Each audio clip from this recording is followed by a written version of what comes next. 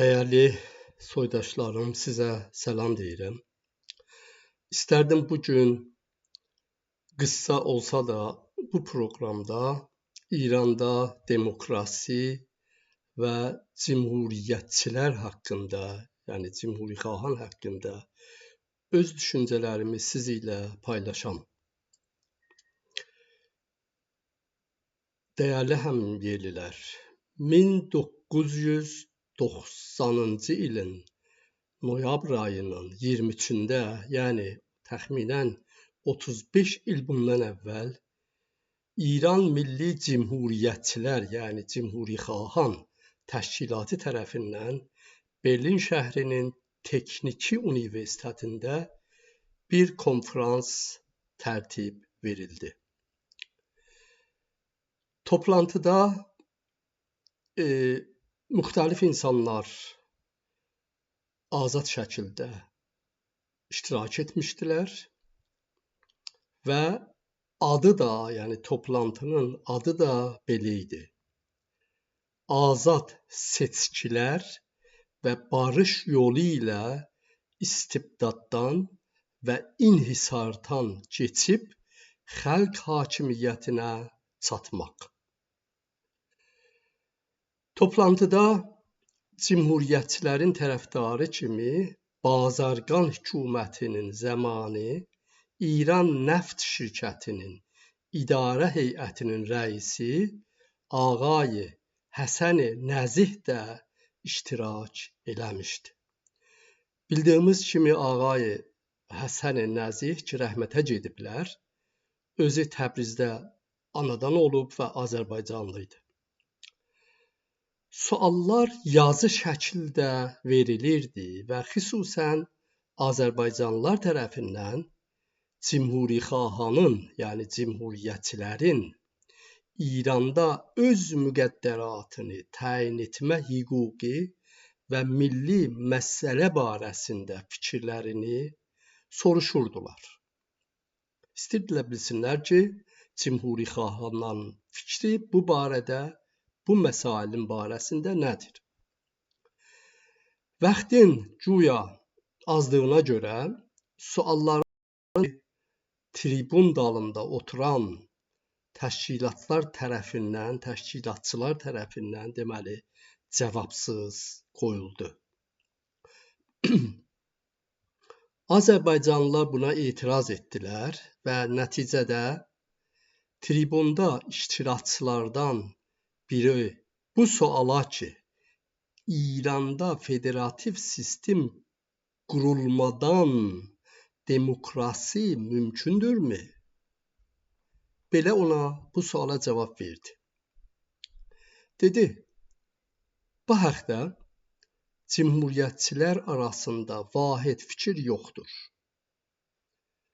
Bəzi təşkilatlar İranda federativ sistemin qurulmasının tərəfdarıdırlar, bəziləri isə federalizmə qarşıdırlar və bu fikirdədirlər ki, ədəm-i təmərküz gərək İranın ərazi bütövlüyünə zərər vurmasın. Çünki federalizm adı altında bəzi şarlatanlar sui-istifadə edib işi parçalanmaya, yəni təcziyəyə çəkə bilərlər. Hörmətli həmvətənlər, indi yəni həmin konfransdan 35 il keçəndən sonra da cümhuriyyətçilər eyni fikirdədirlər və millətlərin öz taleyini təyin etmə haqqına qarşıdırlar.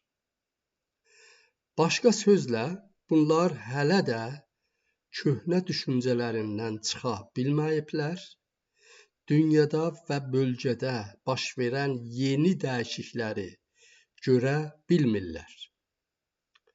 Özlərini demokrat adlandıran, amma əslində mürtəcə və şovinizm xəstəliyinə düçar olan cümhuriyyətçilərin bu qismi, hamısı yox, bəlkə bu qismi hətta ən ibtidai insan hüququna, yəni ana dilində təhsil azadlığına da qarşı çıxırlar. Təəssüflər olsun ki, bizim bəzi siyasət meydanında olan adamlarımız, insanlarımız bu mürtəcə fikirlərə rədd cavabı vermək və əleyhinə mübarizə aparmaq əvəzinə gəlirlər Azərbaycanlılardan istəyirlər ki, mürtəcə güclərlə əl-ələ verib vahid cümhuriyyətçilər çətri altında mübarizə aparsınlar. Bunlar unudurlar ki, öz müqəddəratını təyin etmək haqqı və ana dilində təhsil azadlığı Azərbaycan millətinin əsas və danılmaz haqlarındandır. Bu haqlar gələcək Məclis-i Müəssisanın qərarına buraxılmayan prinsiplərdir. Mütərəqqi Azərbaycanlılar və onların təşkilatları həm də qadın haqlarının bərabərliyi uğrunda mübarizə aparırlar. Olmaya siz həmvətənlər qadın haqlarının bərabərliyini də Məclis-i Müəssisanın ixtiyarına buraxmaq istəyirsiniz. Yəni əgər Məclis-i Müəssisan qadınların hüquq bərabərliyini qəbul etməsə, siz də ona ləbbeyk deyib qəbul edəcəksinizmi? Ümid edirəm ki, bu soydaşlarımız irticaçı güclərdən uzaqlaşıb, məntiqli və düzgün yol seçsinlər. Azərbaycan təşkilatları əl-ələ verib, vahid bir təşkilat yaradıb, bir güc halına gəlib və İranın siyasi səhnəsində alternativ gücə çevrilməlidirlər. Bu gücün adı sürgündə müvəqqəti Güney Azərbaycan parlamenti ola bilər. Diqqətiniz üçün çox sağ olun.